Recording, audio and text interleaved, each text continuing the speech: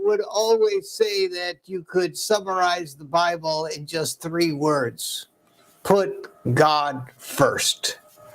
And I think he was right. The Bible is always teaching us about what happens when we don't put God first and we put other things first. So today, that is the topic of our exploration. Practicing, prioritizing our principles, putting God first. Good morning, dear friends. Juan Enrique Toro greeting you on this channel. Thank you for your like, your thumbs up, your subscription. Thank you also for your donations. I'm so grateful for the support that I've been receiving from all of you. Just to remind you, we come to this channel every Sunday at 10:30 Eastern Standard Time in English, and we repeat this in Spanish at 11:30 Eastern Standard Time every Sunday. So happy Sunday. Let's get into it. You know, there is a couple of very simple and beautiful parables in the Bible that remind us of how to put God first, how to prioritize our life. And let me share that very short scripture, 2 little parables, powerful, short and powerful. This is from Matthew 13:44, and it says, the kingdom of heaven. You know, when Jesus says the kingdom of heaven, he's talking about that state of consciousness, which is the highest state of consciousness, right? So he's telling us that the kingdom of the highest consciousness that we're all seeking is like this.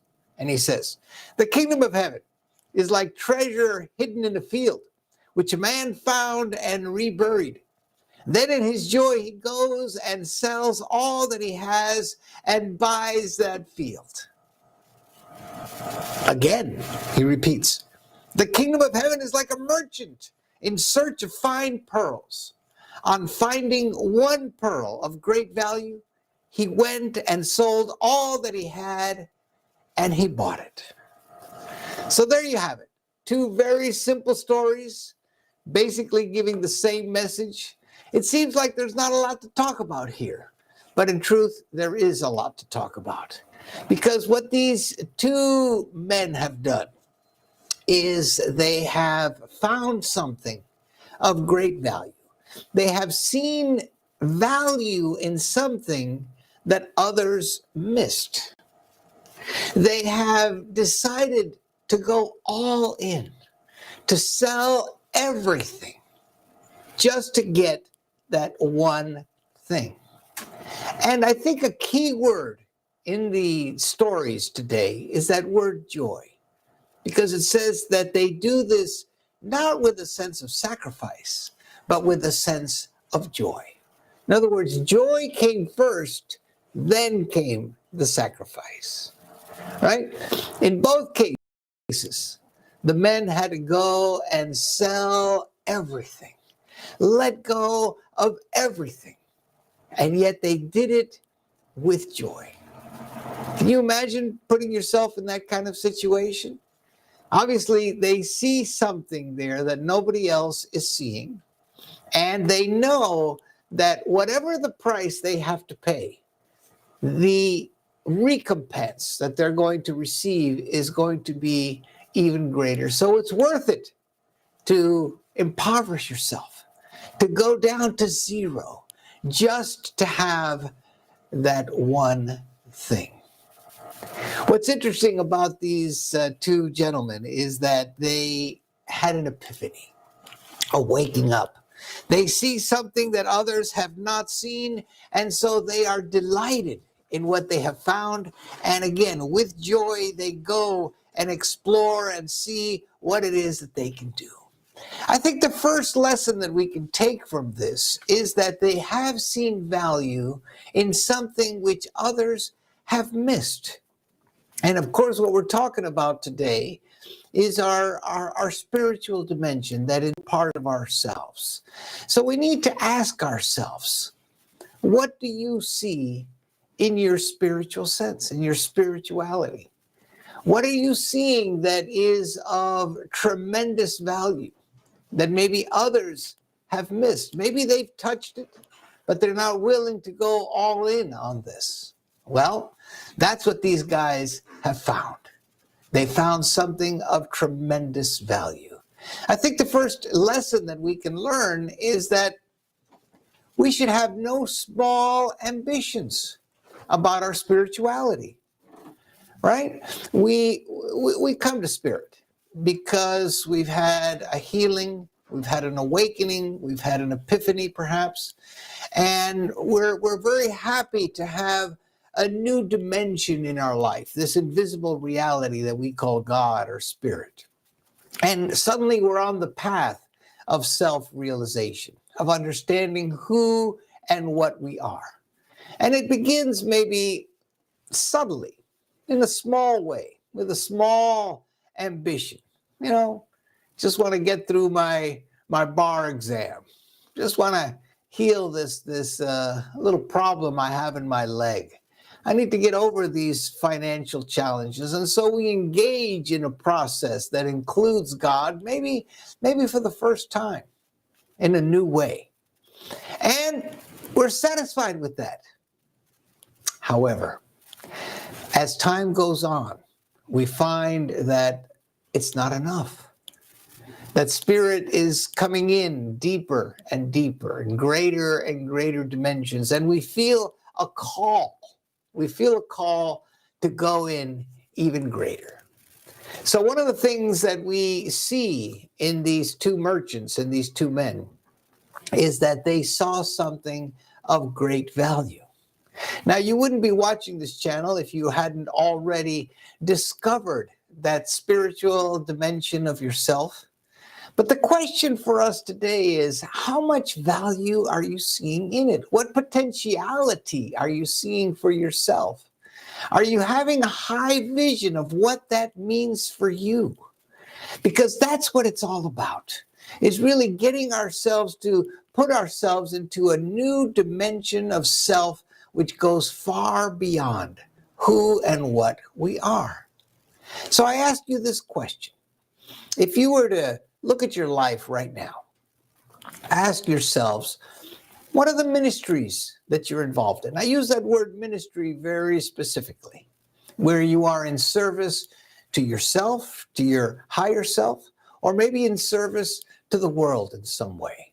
But what are the ministries that you're involved in? Maybe your career, right? Maybe your volunteer work, maybe the work that you're doing to support your family, right? And do you have a high vision of what this means for you?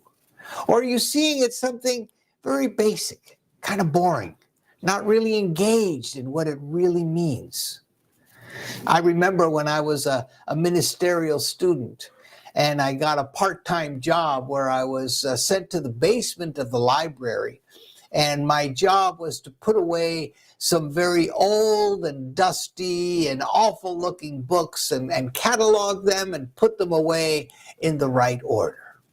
For me, it started out as a miserable job. I was in a basement. It was, it was cold and it was damp and it wasn't very pleasant. I had to deal with these dusty volumes. And, I didn't relish going to that job. One day I had an awakening, because I looked at the book that I was dealing with. And these books were precious writings from the founders of our movement. And I was holding in my hand the initial inspiration, the divine ideas that gave rise to what eventually became our spiritual movement. Now, this was a precious book, in other words. It was a very high value. And they had entrusted me, right, little old me, a little ministerial student, with cleaning them, basically, cataloging them and putting them away in the right place. Now, this is a huge ministry, very important, but I hadn't seen it that way before. So when I got to see it, my whole perspective of the work changed. Now I felt very important, very empowered. I was at a very high level, right? And the only thing that changed was my perception of it. So, somebody who may be cleaning the house, right? It seems like a very routine, mundane kind of thing. But what you're doing is a very high value. You're putting order and beauty in the environment in which you and your family live. When you go to cook, it may seem like, again, a daily mundane thing, but you're preparing nutrition for the people of your family so that they can thrive and do all the things that they need to do. In other words, everything that we do can be seen as a high expression of self if we see it that way. This is important because we are of great value. And whether the things we do have tremendous consequences in the world, right? Or whether they just have consequences to ourselves or to the few people that surround us, it doesn't matter. What's important is to have no small ambition, that you are participating in the wonder of life, and that you're contributing to it in a mighty way. You're contributing to it because what you do has tremendous value with the consciousness that you put behind it, right? So that is the first lesson that we see. Maybe we're doing something right now and we haven't given it the importance that it deserves. In other words, we can see new value in our activity and our responsibilities than we had missed before. This helps lift us into a consciousness of absolute service, right? It's a beautiful expression. Now, the second thing that these two parables teach us is that, well, this is not an easy road to hoe, right? They had a realization, both of these people, that there's no halfway here. There's no little incremental change. There's, they needed to risk everything. They needed to sell everything just to get that one thing. And this is very, very reminiscent to me of that expression you may have heard before. The truth will set you free. No doubt about it. The truth will set you free. But first, it's going to upset you. It's going to upset you deeply. And the reason it's going to upset you is because it's going to demand the ultimate price. Now, there is in spiritual circles this idea that spirituality is both wonderful and terrible. And this points to the price that needs to be paid. In the stories that we just read in the couple of parables, we see that these men had to sell everything. They had to go down to zero in their net worth so that they could get that one thing upon all else will hang. They had to dig deep and sell those things that were probably very valuable, sentimental value, monetarial value. They had to sell it all. I'm guessing you might have participated in a move where you had to do maybe a garage sale and sell some things that you couldn't move with you. And you had to take stock of those things which you really wanted to hold on to because they were so precious, they were so valuable. Maybe they had sentimental value, maybe they had monetary value, but you really wanted to hold on to them. And maybe you even went through the expense of moving those things, even though it was a high expense because they brought you great joy and had tremendous value for you. Well, in this case, these men had to sell everything, even those things which are very, very precious to us. So what does this mean? This means that spirit, yes, may come in a subtle way. Right? Like I said at the beginning, we may begin with a little exploration of who and what we are. But over time, Spirit will ask you to recognize your errors, your faults, your mistakes, your weaknesses, to come to terms with them, to give them a place at the table of your consciousness, to not deny them, to not run from them, to not detour away from them, but to see them for what they are. In other words, to see yourself for what you are. On the positive side, you see yourself as this marvelous creation created in the image and likeness of God. And on the other side, you see all of your weaknesses, all of your faults, all of the errors that you've committed, all of the ways in which you lapse in the consciousness which you'd like to establish in your life. And what this means is that you are going to be challenged. You're going to be challenged to surrender those, to be conscious of them, to feel what those things feel like, right? To allow yourself to integrate with them and to go beyond them. That is the spiritual journey. It is a process of self-integration which requires the ultimate price. And what I mean by that, it is that it requires the ultimate surrendering of the self-identity that we've created. All right? We see ourselves as a certain type of person.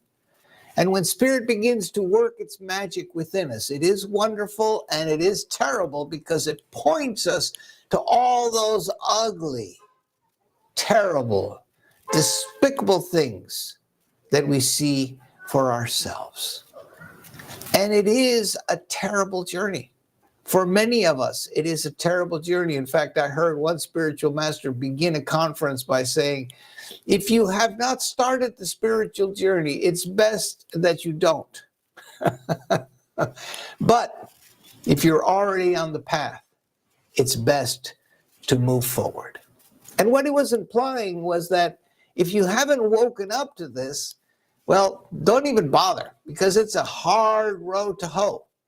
But if you have started, now that you're in, it's best to go all in. Everything. Risk everything. Be willing to see yourself exactly as you are. All of your foibles, all of your detours, all of your unconsciousness, all of your addictions, all of your weaknesses. See them for what they are. They're expressions of yourself. And we're asked to surrender them, to turn them over, to give way to them. It's a terrible process, and it's a wonderful process at the same time. And then the third thing that these men teach us in these parables is that magical word, joy. Because they did what they did from joy. This is, I think, the magic of these parables. Because they didn't have to go through sacrifice to get joy. Right? That's sometimes the way we see life. Well, I gotta work hard, I gotta sacrifice, I gotta sweat, and then I'll get a recompense. No. These men had joy first. And that joy allowed them to do the thing that they need to do, which was to risk everything, to go all in, to sell everything to get that one thing. In other words, that joy sustained them, guided them. This is a beautiful example for ourselves because as we jump into the spiritual dimension of self, we do begin to touch a dimension of ourselves which begins to chip at, to awaken within us the joy of being. The joy of being who and what we are. As those ugly parts of self begin to join us at